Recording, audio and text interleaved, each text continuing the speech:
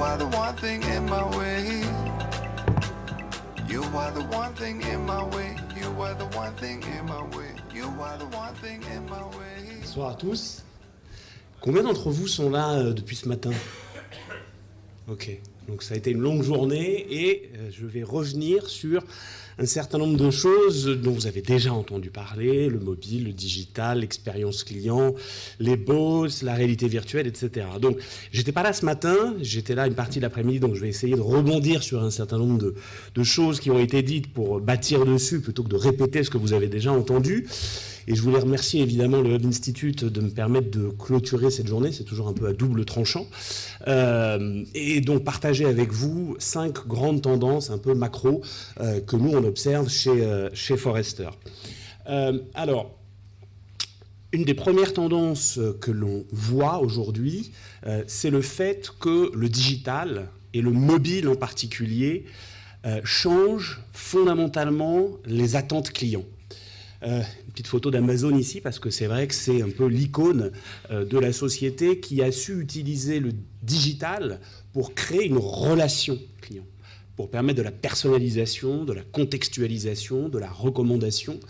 Et on voit bien qu'avec le mobile aujourd'hui, et avec toutes ces problématiques de délivrer des expériences en temps réel, c'est logique de last mile, on en a parlé avec Uber Eats au début de l'après-midi, ou tous les Deliveroo, les gens s'attendent à être servis en contexte, en fonction de leurs besoins du moment. Et donc les attentes sont fortes, et si on ne répond pas à ces attentes, ça crée de la frustration. Alors évidemment, quand il s'agit de délivrer une bonne expérience client, et Amazon ressort très régulièrement en tête dans les différents pays où on mène des classements sur l'expérience client, basés sur le retour des consommateurs, les sociétés se disent, les marques, les retailers, oui, il faut absolument, c'est une stratégie. 2/3 des marques françaises qu'on interroge nous disent, l'expérience client, c'est une priorité stratégique. 2/3 disent ça. Le problème, c'est que les consommateurs ont une vision assez différente.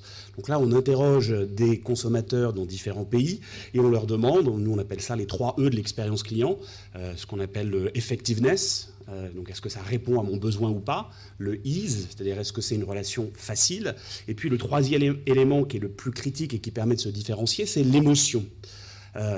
Comment je perçois, est-ce que je me sens engagé par ma relation avec la marque et avec le retailer. Et vous voyez ici que les Français sont certes exigeants, mais ont une expérience qu'ils, pour la plupart, il y a très peu de marques qui arrivent à donner une expérience qui est même satisfaisante. C'est moins vrai en Allemagne et en Angleterre. Mais c'est effectivement un vrai problème et une tendance de fond pour pouvoir justement créer et orchestrer ces expériences à travers l'ensemble des canaux, y compris de plus en plus à travers des points émergents. J'insistais sur le mobile, sur cette notion de frustration. On en a parlé tout à l'heure dans le classement du top 50 et ce que Tapboy disait. Il y a un décalage qui est très fort entre la part de trafic du mobile, qui est au-delà de 50% dans un certain nombre de pays, et les revenus qui sont générés et associés au mobile. Alors, ce n'est pas vrai partout. Vous voyez un certain nombre de pays, la Corée du Sud, le Japon, où on est déjà sur des parts qui sont beaucoup plus élevées et où certains retailers arrivent à avoir des taux de conversion en moyenne qui sont de l'ordre de 4-5%. Alors que si vous n'optimisez pas l'expérience sur mobile, on est à 0,4, 0,5, on est en dessous du desktop.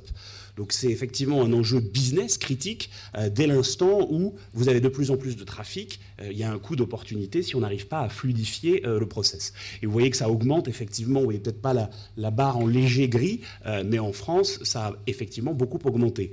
Alors on est parfois sur des taux à 3 chiffres. Dès l'instant où on est sur des taux à 3 chiffres, c'est qu'on part d'assez bas. Et au final, juste pour mettre ça en perspective, même s'il y a une accélération du m-commerce, ça reste une petite part et le commerce digital au sens large, le commerce online, va continuer à croître. Nous, on prévoit en Europe des taux de croissance à plus de 2 chiffres dans la plupart des pays, excepté en Angleterre qui est un peu plus en avance. Et vous voyez qu'il y a certains pays comme l'Italie où il y a un taux de croissance extrêmement fort, mais même en Angleterre, qui est le pays le plus mature en Europe, on est sur une part du digital dans les ventes qui est de 15%. Ça veut dire quoi? Ça veut dire que 85% se fait en magasin.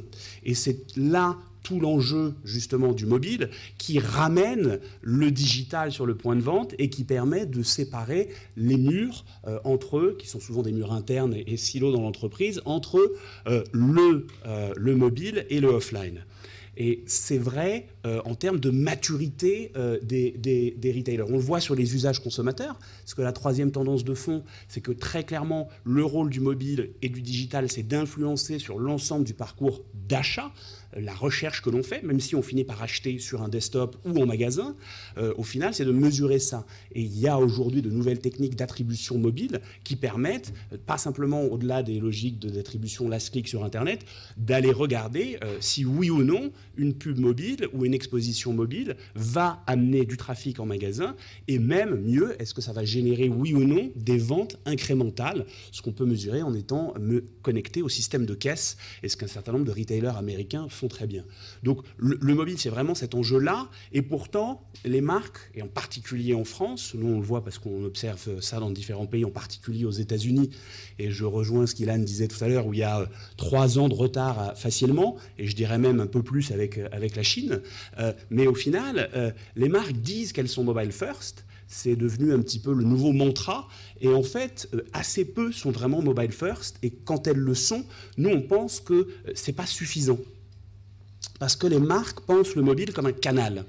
Et on estime qu'il y a 4 phases de maturité autour du mobile.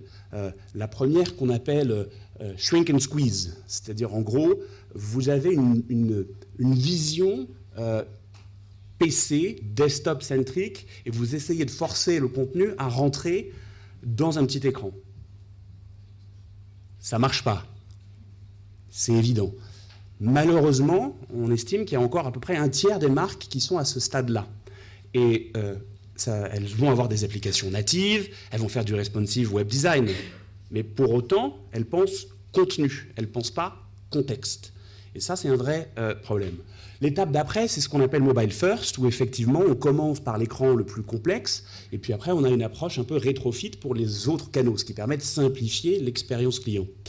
Ce qui est bien, mais bien souvent, et on estime qu'il y a à peu près encore la moitié des marques et des retailers qui sont à ce stade-là, on pense le mobile comme un canal, comme un sous-canal du web. Et on n'y alloue pas les moyens qui sont nécessaires. Alors qu'en fait, il y a un stade de maturité plus important qui est le mobile comme catalyseur de l'expérience client. Pas simplement l'expérience digitale, mais l'expérience offline. Et là, ça suppose de repenser l'intégralité du parcours client. C'est logique de moments mobiles, de micro-moments, où on va pouvoir aller servir le consommateur dans son contexte. Et il faut impérativement le faire extrêmement vite et en temps réel. On parlait des temps sur les parcours clients, la fluidification, il faut que ça se passe en quelques secondes. Vous n'avez que quelques secondes pour convaincre un utilisateur d'interagir avec votre marque sur le mobile. Et donc, ça suppose de nouveaux logiques, des parcours ethnographiques, et de bien comprendre et d'anticiper les besoins du consommateur. Et puis, il y a un stade encore plus mature, mais là, il y a vraiment très peu de marques, où c'est le mobile comme vecteur de changement des modèles économiques. Je vais prendre un exemple très concret sur ces fameuses unicornes ou décacornes, bref, ces boîtes qui sont valorisées plus d'1 milliard ou plus de 10 milliards de dollars. Elles sont valorisées énormément justement parce qu'elles ont le potentiel, notamment et bien souvent à travers le mobile, d'aller chatouiller des grands acteurs, et plus que les chatouiller, les disrupter sur leur modèle économique. Uber, typiquement, au final, au-delà des enjeux de régulation qui sont importants, match la demande et l'offre en temps réel à travers une application. Ce que font de plus en plus de marketplaces mobiles, sauf qu'on peut le faire en contexte. Donc ça, c'est effectivement extrêmement important. Et il y a finalement assez peu de marques qui sont vraiment mobile first. Et ce n'est pas suffisant. C'est vrai qu'on parle beaucoup de nouvelles technologies. On est toujours à la quête de la nouvelle plateforme. Alors, il y a Zuckerberg qui nous dit que c'est la réalité virtuelle, le patron de Microsoft qui nous dit que c'est les bots, il y a l'Internet des objets, les ventes des smartphones commencent à saturer un peu, et donc on se dit, oui, finalement, le mobile, c'est fini, maintenant, c'est des nouvelles technologies, c'est l'intelligence artificielle, etc. Oui et non.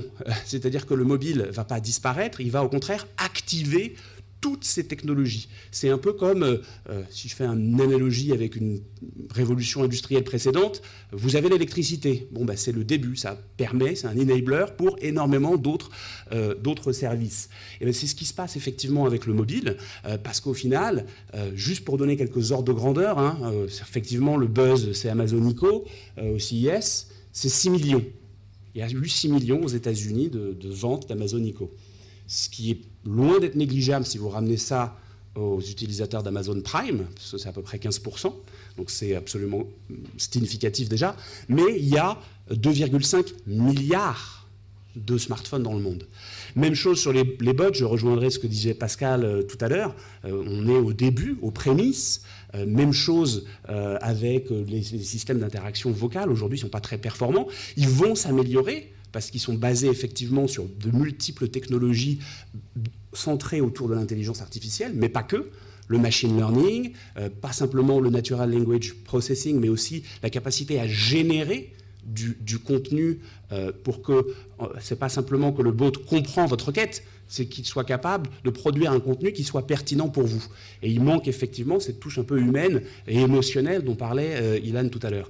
Donc on est un peu encore aujourd'hui, peut-être le mobile il y a 5 ou 10 ans effectivement, ou les IVR il y a 15 ans, où vous êtes vite frustré parce que voilà, vous tapez 0 ou 1, puis vous n'arrivez pas à sortir du call center et vous voulez parler à quelqu'un. Donc ça peut créer énormément de frustration si ce n'est pas intégré dans une expérience client sans couture. Donc ça c'est vraiment un enjeu qui est extrêmement important et le mobile va activer ces technologies. Même chose avec la réalité virtuelle.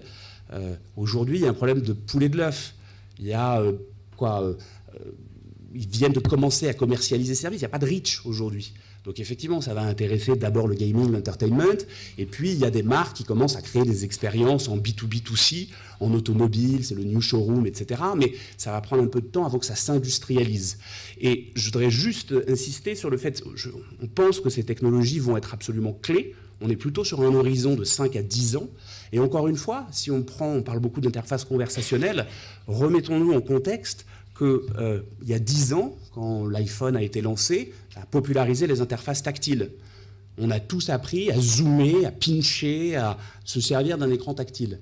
La différence avec ces interfaces conversationnelles, c'est qu'on utilise ce qui fait de nous des humains, le langage. Je suis en train de vous parler, on n'a pas une conversation, mais au final, c'est extrêmement intuitif et on le voit avec des enfants en bas âge. Et donc, c'est pour ça qu'on pense qu'effectivement, ça va se généraliser dans les années à venir. Et puis, pour terminer, j'ai dépassé un petit peu mon temps, donc je voudrais juste résumer un peu aussi les enjeux plus largement, parce qu'on parle beaucoup de transformation digitale, il y a aussi beaucoup de buzz, il y a beaucoup de marques, j'ai envie de dire, qui font semblant, qui communiquent, qui font des hackathons, qui rachètent des startups, mais le vrai enjeu, c'est vraiment de transformer, de faire évoluer la culture de l'entreprise, de changer la gouvernance, d'être plus agile, d'être plus rapide. C'est effectivement pas la taille qui compte, c'est aussi l'agilité.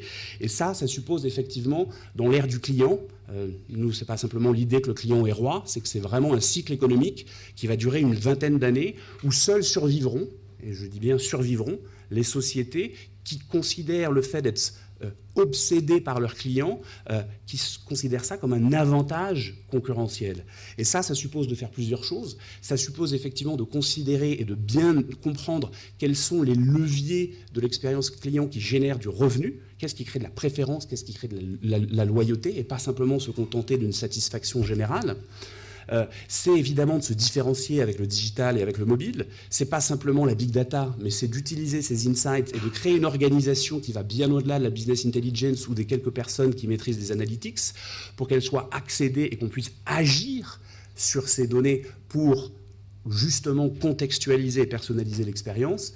C'est évidemment de maîtriser cette logique de marketing centré client. Et puis, c'est évidemment, avec toute cette nouvelle technologie, de maximiser la valeur. On n'est plus sur de l'IT, on est sur de la business technologie qui doit être centrée métier. Voilà, c'était les quelques points, quelques grandes tendances assez macro que je voulais partager avec vous. Je vous remercie vraiment d'avoir maintenu votre attention, parce que je sais qu'après une longue journée comme ça, c'est parfois difficile. Et je vous souhaite une bonne soirée.